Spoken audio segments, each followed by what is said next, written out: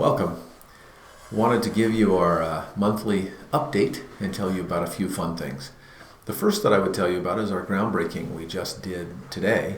So it's into April, but so recent and going on right now, that would be great to know about. We had the mayor of Cedar City and various councilmen and water district folks and a bunch of our employees and did a groundbreaking out at the ranch house. We've got all of our metal out there. We're ready to start digging in the dirt and putting things together. So that'll happen here pretty quick, and it was really fun to do that groundbreaking. The other thing to let you know about is that we just got back from the Southwest Regional natsap. So the trade organization that's most important to our industry and for Havenwood is natsap. And we took 18 of our people.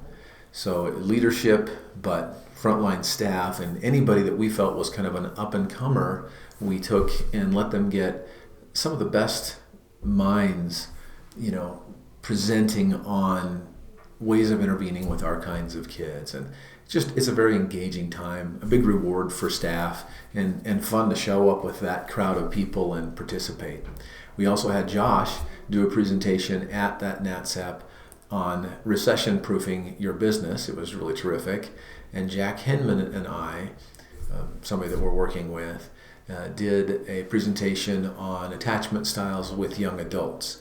Dr. Jack Hinman is heading up a new young adult program that we are financially backing. So Havenwood's the majority owner of that, and Jack is also an owner, and we're partnering up to have young men 18 to 25 basically with trauma histories and such, living in the local community and working on a young adult program. So that's pretty exciting. Jack was with Diana actually at our last all-staff training, and together they did it on attachment styles. So the attachment assessment that many of you who came to our parent retreat, the one that you did, we did that with our staff, and it was a phenomenal intervention and a chance to talk about attachment styles and how that might impact the way they interact with our girls and think that through and how to work together productively.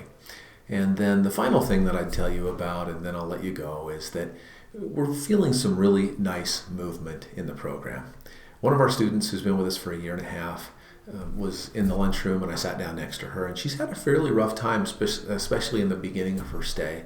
And I was just asking, how's it going? And she said that it's going really well. What was it like when you first got here? Well, I felt like, I was certainly in the place that I needed, but it was tough. And I feel like I'm getting the care that I need now cleanly.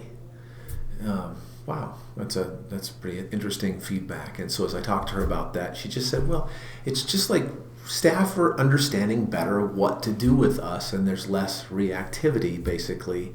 And the emotional tenor of the homes doesn't get as amped up as often. Now, we still are going to have, issues. It's a treatment environment. It's dynamic. It's messy at times.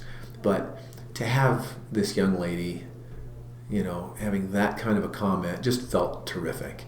Really very pleased with what Albert has done for us on the training side of things and upping our game on the residential mentor front.